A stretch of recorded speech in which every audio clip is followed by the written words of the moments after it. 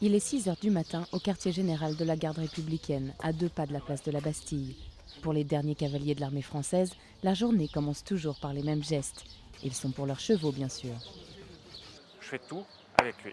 Voilà. Et je suis avec lui depuis octobre 2006, date à laquelle je suis arrivé au premier peloton. Voilà, voilà, Milou. Milou, son cavalier et quelques 90 autres se préparent. Le défilé du 14 juillet approche et ce matin a lieu l'une des dernières répétitions. Le 14 juillet, pour nous, c'est le point d'orgue de l'année. C'est le résultat d'une année complète de travail et même de plusieurs années de travail, puisque le travail des chevaux en vue du 14 juillet commence à 4 ans, quand ils arrivent dans nos écuries.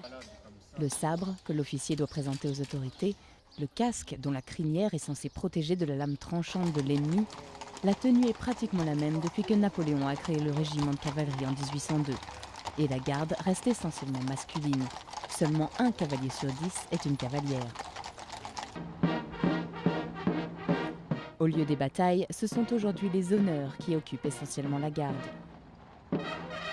Sur les Champs-Élysées le 14 juillet, ils seront 240 chevaux et cavaliers à encadrer la voiture présidentielle. Un travail d'équilibriste dans un milieu contre nature pour le cheval. Tout est difficile et tout est facile.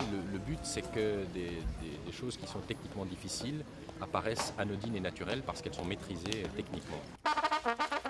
Et la technique sera cette année encore plus ardue que d'habitude, avec une reprise de dressage.